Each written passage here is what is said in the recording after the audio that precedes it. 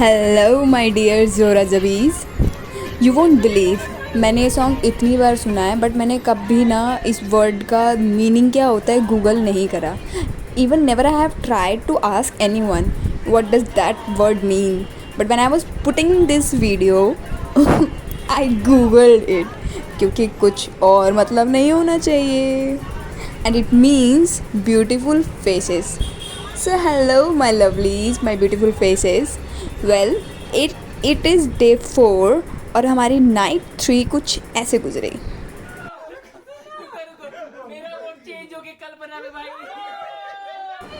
ज़िंदगी में पहली बार माफिया खेला था हम लोगों ने और हम पागल हो गए थे माफिया खेल खेल के। मीन्स हम इतने थके हुए थे, आंखें खुल नहीं रही थी, मेरी तो स्पेशली, मुझे ज़्यादा नींद आती है but still we were up. I don't know हम कब सोए, कितनी कब पता नहीं, बट मज़ा आया। Trust me, mafia is a crazy game और कभी नहीं खेला है तो खेलना ज़रूर यार। एनीवेज, आते हैं हम अपने चौथे दिन पे। आज हम ले एक्सप्लोर करने वाले हैं। कुछ प्लेसेस हैं, तो आज हमारी गाड़ी निकल पड़ेगी और सब एक्सप्लोर करके फिर वापस हम चो पैलेस आएंगे। तो जो हमारा पहला प्लेस था वो था संगम। It is Zanskar and Indus river का संगम। इंडस रिवर यानी सिंधु नदी। आपको पता है, मैं ना जस्ट वही मैप देख रही थी तो उसमें झांसकर रिवर तो ज़्यादा लॉन्ग नहीं है, बट जब मैं इंडस रिवर यानी कि सिंधु नदी देख रही थी ना तो उसका तो कोई एंड ही नहीं हो रहा। मुझे लगा may be it is the longest river of the India. तो ऐसे ही मुझे चुल मची and I googled it. Of course it is the longest river of the India, but इसमें भी एक ट्विस्ट है। ये रिवर ट्रांस बॉर्डर है। यस, ट्रांस बॉर्डर यानी कि ये दो बॉर्डर से होकर के गुजरती है। One is Pakistan and another is China. और पता है इसका ओरिजिन कहाँ हुआ है? मानसरोवर। और तुम गूगल पे सर्च करोगे ना मानसरोवर, तुम्हें मानसरोवर नहीं मिलेगा। पता है क्यों? Google it. मीनवाइल हम अपनी नेक्स्ट डेस्टिनेशन की ओर जा रहे हैं। तब तक आप ये स्नैप्स देखो, है ना ब्यूटीफुल। इसके बाद जिस डेस्टिनेशन को हम जा रहे हैं ना वो साइंस की नज़रों में बहुत पॉपुलर है। बहुत आर्टिकल्स छपे हैं उसके बारे में, बहुत रिसर्च हुआ है उसके ऊपर। और साइंस की बात साइंटिस्ट ही जाने, मुझे इतनी नॉलेज नहीं है, but it is commonly known as gravity hill, magnetic hill, mystery spot, gravity road और एंटी ग्रेविटी हिल। और इससे भी ज़्यादा फेमस और इंटरेस्टिंग चीज़ जो मैंने सुनी है वो है this is also kind of gateway of haven. जो लोकल्स हैं वो कहते हैं कि यहीं से हेवन का रास्ता स्टार्ट होता है काइंड ऑफ।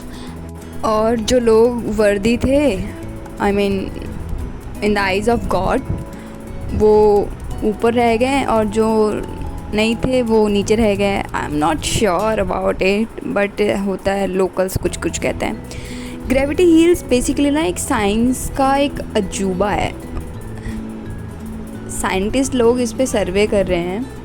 ये एक इल्यूज़न टाइप देता है कि जब भी कोई व्हीकल, ये ऐसा इल्यूज़न देता है कि जो व्हीकल है ना वो अप हिल जा रही है जबकि वो डाउन हिल जा रही होती है। तो कुछ तो है, ये कुछ तो है दया। मुझे नहीं पता यार क्या है, क्योंकि मुझे वहाँ जाके कुछ फील भी नहीं हुआ था कि क्या है। Anyways, let's rock and roll. अब हम जा रहे हैं हमारे नेक्स्ट डेस्टिनेशन की तरफ।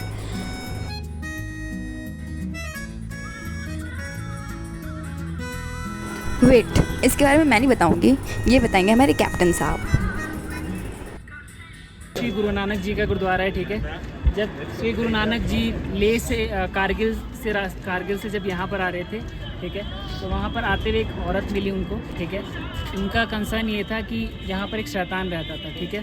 तो वो शैतान लोगों को बहुत परेशान करता था, लोगों को मारता था, लोगों को मतलब बहुत परेशान करता था, ठीक है। तो औरत आई गुरु नानक जी के पास अपनी समस्या बताने की, ये जो राक्षस है वो इस तरीके से हमें परेशान करता है, ठीक है। तो गुरु नानक जी जाते हैं उस राक्षस से बोलने कि भाई आप लोग ऐसा क्यों कर रहे हो, ठीक है, आप क्यों ऐसा करें, लोगों को परेशान क्यों करें। बट फिर भी वो राक्षस नहीं माना, ठीक है। तो एक दिन गुरु नानक जी यहाँ पर तपस्या कर रहे थे, ठीक है। तो एक राक्षस ने, वो ऊपर दिख रही है चोटी, वहाँ पर उस चोटी से एक पत्थर फेंका बहुत बड़ा, ठीक है। और गुरु नानक जी यहाँ पर बैठे हुए थे, तपस्या कर रहे थे। एंड वो जो पत्थर है, वो जैसे उसने फेंका जहाँ पर गुरु नानक जी थे, वो पूरा पत्थर जो है मोम में तब्दील हो गया, ठीक है। एंड जब उस मतलब राक्षस ने जब देखा कि इनको कुछ नहीं हुआ, वो नीचे आया एंड उस पत्थर को उसने मारा, ठीक है। तो उसका जो पाँव है ना, वो उस मोम मतलब पत्थर पे पूरा अंदर चला गया, लाइक मोम में मतलब तब फंस गया, ठीक है। फिर उसके बाद उस राक्षस को समझ में आया कि बहुत बड़े विद्वान और भगवान को मतलब मैंने परेशान किया। फिर उसने माफ़ी मांगा। फिर श्री गुरु नानक जी ने उनको बोला कि आप अपनी पूरी ज़िंदगी लोगों की मदद करने में लगाएंगे, ठीक है। तब से यहाँ पर इनका ये चीज़ है। ये पूरा जो गुरुद्वारा है वो पूरा इंडियन आर्मी के थ्रू किया जाता है। हमेशा यहाँ मतलब भंडारे लोगों को मदद करने के लिए किया जाता है, लंगर बनाया जाता है, ठीक है। यहाँ पर जाइए, आराम से लंगर खाइए, बहुत अच्छा एक्सपीरियंस है, शांति है, ठीक है। एंड ठीक है, बस आ जाइए आप। Well done. Okay, some important facts and rules and regulations. क्योंकि ये गुरुद्वारा है, एक स्पिरिचुअल प्लेस है, हाईली रिलीजियस, तो यहाँ पे आपको वेस्टर्न ड्रेसेस अलाउड नहीं है। अगर आप वेस्टर्न में जाते हो या थोड़े शोशा वाली ड्रेसेस में जाते हो तो वो आपको ढकने के लिए गए। मैं एक ड्रेस पहन के गई थी जो वहाँ अलाउड नहीं था, तो उसके लिए उन्होंने मुझे कुछ कैरी करने के लिए दिया था, तो मैंने कैरी कर लिया था। आपको कपड़े वहीं मिल जाएंगे। दूसरी बात यह है, अंदर फ़ोटोग्राफी वीडियोग्राफी अलाउड नहीं है। तीसरी बात यह है कि स्पिरिचुअल जगह है, तो वहाँ जाके ध्यान करें। लंगर 24/7 चलता है यहाँ पे, तो लंगर ज़रूर खाएं। हमने भी आई थिंक लंगर खाया था, लंगर में खाया था और प्रसाद लिया था। और फिर वहाँ थोड़ा टाइम स्पेंड करने के बाद, बहुत ही यार अच्छी जगह है। एक तो पता है एक ही फीलिंग क्या देता है, क्योंकि इतनी हाइट है जहाँ ऑक्सीजन लेवल नहीं है, सांस लेना दुश्वार है। वहाँ पे ये मेंटेन होता है, मैनेज होता है सब हमारा इंडियन आर्मी के थ्रू। तो हेड्स ऑफ, जहाँ सांस लेना दुश्वार है वहाँ इतना सब कुछ कर रहे हैं लोग। So just really great. खैर आगे बढ़ते हैं। जो अगली जगह थी हमारी वो थी शांति स्तूप। शांति स्तूप बेसिकली क्या है, एक 1991 में जापानीज़ बुद्धिस्ट भिक्षु ग्याम्यो नाकामुरा, आई डोंट नो मैं करेक्ट बोल रही हूँ नहीं, इन्होंने बनाया था। ये बेसिकली ना एक प्लेस है जिसका जो वो होता है ना, मेन जो मोटिव था इनका, to promote world peace and prosperity. ये एक ना, I don't know how to say the exact word, एक ना गुम्बद टाइप होता है ना, लाइक उल्टी कटोरी जैसा ऐसा कुछ बना हुआ था, जो बेसिकली 2 स्टोरी या 2 लेवल पे कंस्ट्रक्टेड है। फर्स्ट वन इज़ धर्म चक्रा, जहाँ जो कि वहाँ पे डिफरेंट टाइप्स के ना डियर्स बने हुए हैं, वो बहुत कुछ बताते हैं। सेकंड वन है कि various aspects of lord Buddha's life, like from being born to attaining the higher self और मोक्ष और whatever word you can use, the death। तो उसके बेस पे बना है। एक नॉमिनल प्राइस है शांति स्तूप में जाने का, अराउंड 30 रुपीज़ ओनली। और जब हम शांति स्तूप गए थे ना, तब तो मेरा मूड ख़राब हो रखा था बहुत ज़्यादा ही, बट वहाँ जाके क्योंकि बहुत पीसफुल प्लेस है यार। और जब वहाँ पे जो भी इन्होंने ये आइकन्स बनाए हुए हैं ना इस स्तूप के इर्द गिर्द, उसको देख करके भी ना बहुत डिफरेंट फीलिंग आती है, बहुत पॉजिटिविटी आती है, माइंड चेंज होता है। तो या काइंड ऑफ थोड़ा सा बेटर फील कर रहा था मैंने उस वहाँ जाने के बाद। और ये इतनी हाइट पे है, और ये यहाँ से जब आप देखोगे ना इसके बाहर या नीचे झाँक करके, तो पूरी ना लेह सिटी दिखाई देती है, which is just beyond the words. क्योंकि दूर दूर तक सिर्फ शांति है, और बस शांति है, जैसे कि नाम ही है इनका, शांति स्तूप।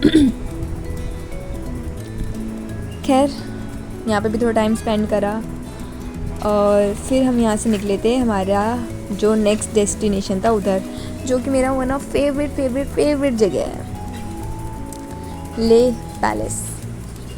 लेह पैलेस एक्चुअली एक ना फॉर्मल रॉयल पैलेस है जिसमें 9 फ्लोर है, टोटल 9 फ्लोर। क्या हो गया मेरी हिंदी को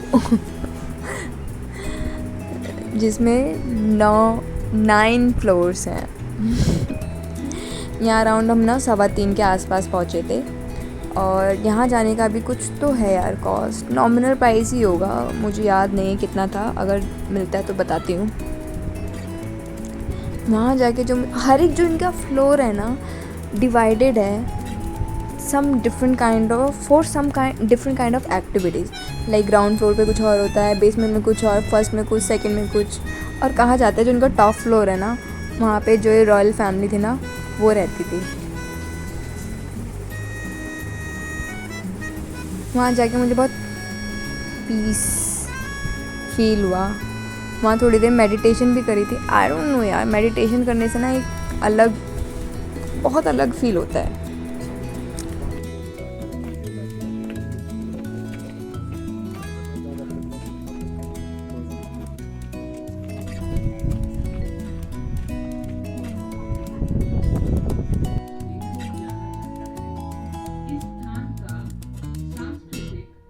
सामाजिक गतिविधियों के लिए एक मंच के रूप में इस्तेमाल होता है।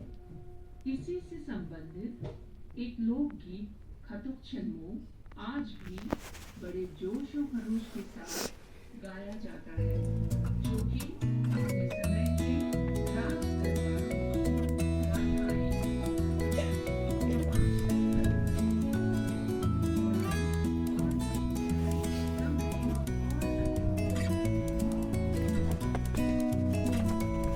एक कोना एक्सप्लोर करा है हमने इसका, कुछ छूट ना जाए बाई चांस किसी कारण से। मैं बैठी रहूँ यहाँ पे बस। और इसकी छत पे पहुंच करके पूरी दुनिया दूर से दिख रही थी बस।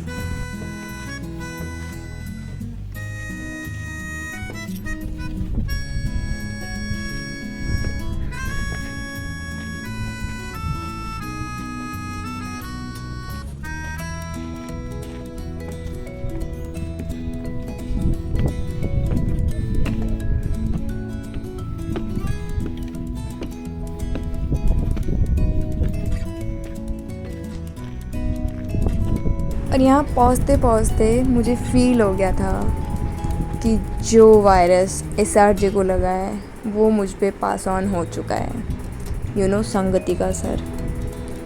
मेरी आईज़ बहुत पेन कर रही थी लिटरली। खैर, जो आज की last destination and one of those destination जहाँ जा कर के ना आप बिल्कुल स्पीचलेस हो जाते हो, जहाँ जाकर के आप सोचने पे मजबूर हो जाते हो कि यार हम क्यों छोटी छोटी चीज़ों पे अड़े रहते हैं, छोटी छोटी बातों पे परेशान होते हैं, हर चीज़ को दिल से लगा लेते हैं। उफ़, वहाँ जाके तो जो फील हुआ था ना मुझे, आई हैव नो वर्ड्स। जो प्लेस है ये है हॉल ऑफ फेम, जो कि लेह में सिचुएटेड है। ये बेसिकली कंस्ट्रक्ट और मेंटेन दोनों ही हमारी इंडियन आर्मी के थ्रू होता है। इसकी टाइमिंग है 9 AM to 1 PM and from 2 PM to 7 PM around ये ओपन रहता है। This place helps you to feel so proud of our army और हमारे हिंदुस्तानी होने पे। ये जो प्लेस है, ये जो हमारे सोल्जर्स थे जो शहीद हुए थे ड्यूरिंग द इंडो पाक वॉर, ये उनकी मेमोरी में बनाया गया था। अंदर जब आप जाओगे तो बहुत सारी लेटर्स हैं, ड्रेसेस हैं, वेपन्स हैं और अंदर इवन एक सिमेट्री भी है बनी हुई जिनमें जो हमारे फ़ौजी लोग हैं उनके नाम लिखे हुए हैं। मैं वहाँ जब गई थी ना, आई वॉज नम। मेरा बस मन कर रहा था मुझे ना, मैं थोड़ी देर ऐसे छोड़ दो प्लीज़, मुझे कोई डिस्टर्ब मत करो। यार कहाँ से लाते हैं ये जिगरा कि हम जैसे लोगों के लिए, मीन्स सीरियसली हम जैसे लोगों के लिए, हमारे देश के लिए अपनी जान पे खेल जाने का कहाँ से करे जाता है यार। मैं एक सुई चुभ जाती है मुझे तो मेरी हालत ख़राब हो जाती है। लाइक ये जो आई फ्लू हुआ था उसमें मैंने तहलका मचा दिया था कि मुझे डॉक्टर के पास जाना है, डॉक्टर के पास जाना है, मुझे वो पेन बेयर नहीं हो रहा था। एंड दीज पीपल बिना कुछ कहे घर परिवार से दूर और यार अपनी जान दे देते हैं। कहाँ से लाते इतना जिगरा, और हम हर छोटी छोटी बातों पे मुंह फुला लेते हैं। गॉड। और इसलिए मेरा मुंह भी सड़ा था क्योंकि जब हमारा ये बेसिकली 4th प्लेस था विज़िट करने के लिए, बट सब जाने को तैयार नहीं थे वहाँ। सब ने बाहर ही फ़ोटोग्राफी कर ली। और मेरा है ये कि यार मैं कहीं जा रही हूँ ना, मैं रिपीट, मुझे नहीं पता मैं दूसरी बार कब आऊँगी कब नहीं आऊँगी, अनलेस एंटर कोई ऐसी सिचुएशन हो कि okay I can't it can't be managed. Otherwise मुझे अच्छा नहीं लगता कोई प्लेस छोड़ना। और ये प्लेस तो जब मैं यहाँ से होकर के आए ना तो फिर मुझे और रियलाइज़ हुआ नो इसको तो मैं वैसे भी नहीं छोड़ सकती थी। This place is just no words.